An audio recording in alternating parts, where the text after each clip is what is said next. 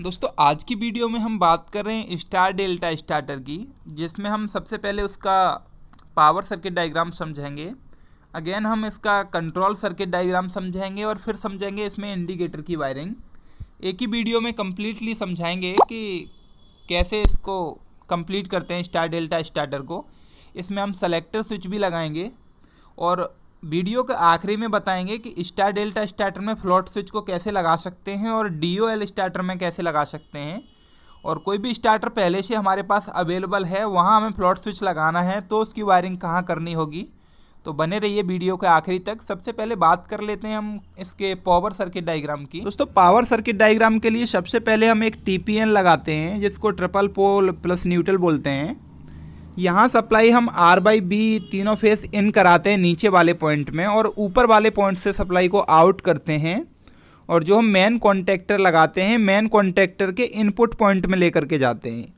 Main contactor के नीचे एक ओवरलोड रिले लगी होती है, वो हमारी मोटर की कैपेसिटी के हिसाब से लगी होती है। ओवरलोड रिले कि हमारी मोटर कितने हॉर्स पावर की है, उसी की करंट रेटिंग के हिसाब से हम ओवरलोड रिले लगाते हैं। अब दोस्तों जो हमारा मेन कॉन्टेक्टर है इसी के इनपुट से सप्लाई को लूप देंगे और अपने जो डेल्टा कॉन्टेक्टर है उसके इनपुट में लेके जाएंगे। डेल्टा कॉन्टेक्टर में हम चाहें तो रिले लगा सकते हैं और ना चाहें तो कोई ज़रूरी नहीं है रिले लगाना डेल्टा कॉन्टेक्टर में, क्योंकि मेन कॉन्टेक्टर में रिले लगी हुई है पहले से ही। अब डेल्टा कॉन्टेक्टर के सप्लाई को आउट करके जो हमारे मोटर के टर्मिनल होते हैं 6, उसके 3 टर्मिनल में दे देंगे।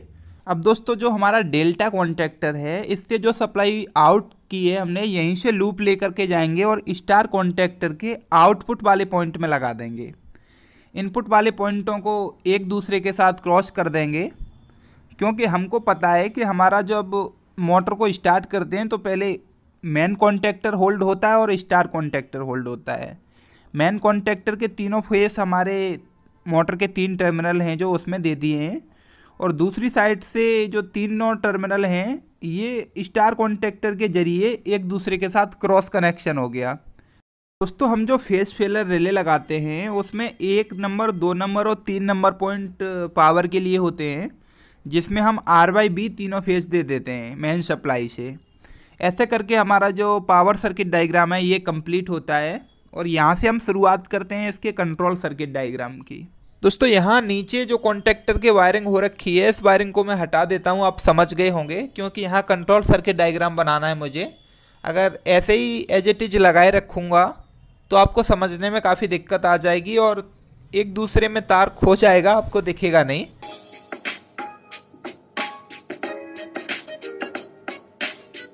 कंट्रोल सर्किट डायग्राम के लिए मुझे एक 6 एम्पियर की MCB लगानी होती है, जिसके मैं इनपुट में किसी भी R/B फेस से सप्लाई दे देता हूँ और इससे जो सप्लाई को आउट करता हूँ मैं वो लेकर के जाता हूँ मैं अपनी जो मैंने फेस फेलर रिले लगाई है इसके कॉमन पॉइंट में।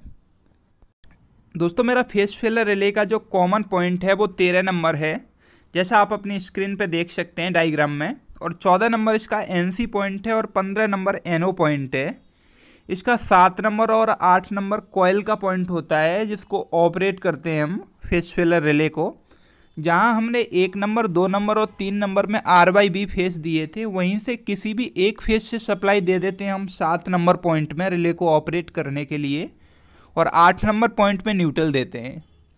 अब दोस्तों जो हम 14 नंबर से सप्लाई को आउट करते हैं ये लेकर के जाते हैं हम अपने कॉन्टेक्टर के नीचे जो ओवरलोड रिले लगा रखी है उसके हमारा कॉमन पॉइंट जो होता है उसके 95 नंबर कॉमन पॉइंट में। ओवरलोड रिले का 95 नंबर कॉमन पॉइंट होता है और 96 नंबर NC पॉइंट होता है। 96 नंबर पॉइंट से हम सप्लाई को आउट करते हैं और अब इसको लेकर के जाते हैं अपने सेलेक्टर स्विच में।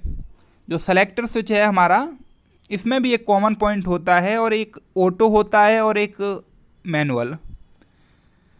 हम चाहें तो अपने स्टार डेल्टा स्टार्टर को ऑटो में ऑपरेट करा सकते हैं, हम चाहें तो अपना मैनुअल में ऑपरेट करा सकते हैं। जो हम पुश बटन लगाते हैं उनको मैनुअल में लगाते हैं और ऑटो से सप्लाई डायरेक्टली कॉन्टेक्टर को दे देते हैं। जैसे हम सेलेक्टर स्विच को ऑटो में रखते हैं तो हमें पुश बटन को प्रेस नहीं करना पड़ता। जैसे हमारी लाइट आती है तो मोटर ऑन हो जाएगी, मान लीजिए लाइट चली गई तो मोटर बंद हो जाएगी, नॉर्मल सी बात है ये तो। अब प्रॉब्लम क्या आती है कि हमने नॉर्मल में करके इसको छोड़ दिया, ऑटो में नहीं किया है। जैसे ही लाइट जाएगी तो हमारी मोटर चल रही है या जो भी इक्विपमेंट हमने चला के रखा है स्टार डेल्टा स्टार्टर से, वो बंद हो जाएगा। जैसे ही लाइट आएगी तो वो मैनुअल में है तो ऑन नहीं होगा, हमें उसको ऑपरेट करने के लिए जाना पड़ेगा। पुश बटन को दबाएंगे तब हमारा स्टार्टर चलेगा। इसीलिए हम सेलेक्टर स्विच का यूज करते हैं कि हमारे पास बहुत सारा काम है तो हम अपने स्टार्टरों को ऑटो में करके छोड़ देते हैं कि जैसे ही लाइट आए तो हमारी मोटर अपने आप ऑन हो जाए। अब हम सेलेक्टर स्विच के जो 2 नंबर पॉइंट है यहाँ से सप्लाई को आउट करेंगे और पहले अपने एनसी पुश बटन में लेके जाते हैं, जो रेड कलर का एनसी पुश बटन लगाते हैं। दोस्तों रेड पुश बटन से सप्लाई को आउट करेंगे और ग्रीन पुश बटन में लेकर के जाएंगे, और ग्रीन पुश बटन से आउट करके सप्लाई को मेन कॉन्टैक्टर है उसके A1 पॉइंट में लेकर के जाएंगे। अब हमें कॉन्टैक्टरों को होल्ड करने की ज़रूरत पड़ती है, तो होल्ड करने के लिए जहां हमने A1 पॉइंट में सप्लाई दी है वहां से एक NO पॉइंट में लूप देते हैं कॉन्टैक्टर के, और जो कॉन्टैक्टर का दूसरा NO पॉइंट होता है उससे सप्लाई ला करके जो हमारा रेड पुश बटन होता है उसके आउटपुट में ला के जोड़ देते हैं। रेड पुश बटन के आउटपुट में जोड़ सकते हैं या NO पुश बटन के इनपुट में जोड़ सकते हैं, एक ही बात है। अब हमने जो मेन कॉन्टैक्टर लगा के रखा है, मेन कॉन्टैक्टर के A1 पॉइंट से सप्लाई आउट करके अपना टाइमर है जो टाइमर के A1 पॉइंट में लेके जाते हैं, और टाइमर के A1 पॉइंट से लूप दे देते हैं टाइमर के कॉमन पॉइंट में जो कि 15 नंबर है, और 16 नंबर हमारा NC पॉइंट है जिससे सप्लाई को आउट करेंगे और डेल्टा के NC पॉइंट में लेकर के जाएंगे। डेल्टा के NC पॉइंट जो दूसरा वाला है वहाँ से सप्लाई को आउट करके स्टार कॉन्टैक्टर के A1 में लेकर के जाएंगे। अब हमारे टाइमर का जो 18 नंबर NO पॉइंट है यहाँ से सप्लाई आउट करेंगे। जैसे हमने अपना 10 सेकंड का टाइम फीड करके रखा है टाइमर में, तो 10 सेकंड बाद NC में सप्लाई नहीं जाएगी, NO में सप्लाई जाएगी। तो NO से सप्लाई को आउट करेंगे और स्टार कॉन्टैक्टर के NC में लेकर के जाएंगे। ऐसा हम इसलिए करते हैं कि बाय द वे हमारा टाइमर ख़राब हो के जाए तो हमारा एक टाइम में एक ही कॉन्टैक्टर होल्ड होगा।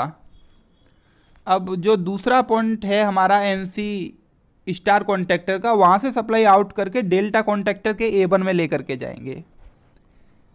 ऐसे करके हमारा इसकी वायरिंग कंप्लीट होती है। नेक्स्ट स्टेप में हम इसके इंडिकेटर के बारे में समझते हैं। दोस्तों सबसे पहले बात करें हम ऑन का इंडिकेटर लगाने के लिए, तो ऑन का इंडिकेटर हम A1 से लगा सकते हैं या A1 से जितनी जगह हमने सप्लाई को लूप दिया है अपने कॉन्टैक्टर में, A1 सप्लाई से जहाँ जहाँ लूप दिया है हम कहीं से भी सप्लाई को आउट करके अपने ऑन के इंडिकेटर में ले जा सकते हैं। और न्यूट्रल हर जगह कॉमन होता है, हम तीनों इंडिकेटरों में न्यूट्रल एक जगह से दे देंगे कहीं से भी। अब हम ऑफ का इंडिकेटर लगाते हैं, तो मान लीजिए जहां हमने मेन कॉन्टैक्टर में नीचे NO पॉइंट में सप्लाई दी है होल्डिंग के लिए, वहां से एक NC पॉइंट में लूप दे देंगे और दूसरे कॉन्टैक्टर के NC पॉइंट से सप्लाई को आउट करके ऑफ के इंडिकेटर में लगा देंगे। क्योंकि होल्डिंग वाला जो पॉइंट है वहाँ सप्लाई रेगुलर आती रहेगी और वहाँ से NC के जरिए ऊपर जाती रहेगी सप्लाई। जैसे ही कॉन्टैक्टर होल्ड होगा तो NC से सप्लाई कट हो जाएगी और ऑफ का इंडिकेटर बंद हो जाएगा। अब बात करते हैं हम ट्रिप के इंडिकेटर की, तो ट्रिप का इंडिकेटर हम 2 जगह से दे सकते हैं। एक तो जो हमने फेस फिलर रिले लगाई है इसके 18 नंबर पॉइंट से दे सकते हैं हम ट्रिप की सप्लाई, और दूसरा पॉइंट है हमारा जो ओवरलोड रिले है वहाँ से हम ट्रिप का इंडिकेटर लगा सकते हैं। ओवरलोड से लगाने के लिए 95 नंबर से एक 97 में लूप देंगे और 97 के बाद 98 नंबर जो पॉइंट है वहाँ से ट्रिप की सप्लाई दे सकते हैं। अब हम न्यूट्रल की वायरिंग कर लेते हैं। जो हमारा TPN है उसमें 4 पोल होते हैं, चौथे पोल में न्यूट्रल लगा हुआ है। मेन कॉन्टैक्टर के A2 पॉइंट में न्यूट्रल देना है, स्टार कॉन्टैक्टर के A2 और डेल्टा कॉन्टैक्टर के A2। वायरिंग हो गई है दोस्तों, और अब वायरिंग कर रहे हैं हम अपना फ्लॉट स्विच है जो उसकी। फाइनली फ्लॉट स्विच को लगाने के लिए जो सेलेक्टर स्विच है उसके ऑटो में लगा सकते हैं और ये सीरीज में लगता है, और या फिर इसको लगा सकते हैं हम ग्रीन पुश बटन को हटा करके ग्रीन पुश बटन की जगह सीरीज में यहाँ लगा सकते हैं। तो उम्मीद करता हूँ वीडियो आपको पसंद आई होगी, और आपको मेरी वीडियो अच्छी लगती है तो प्लीज़ लाइक कर दीजिए, चैनल को सब्सक्राइब कर लीजिए, और वीडियो पूरी देखने के लिए आपका धन्यवाद।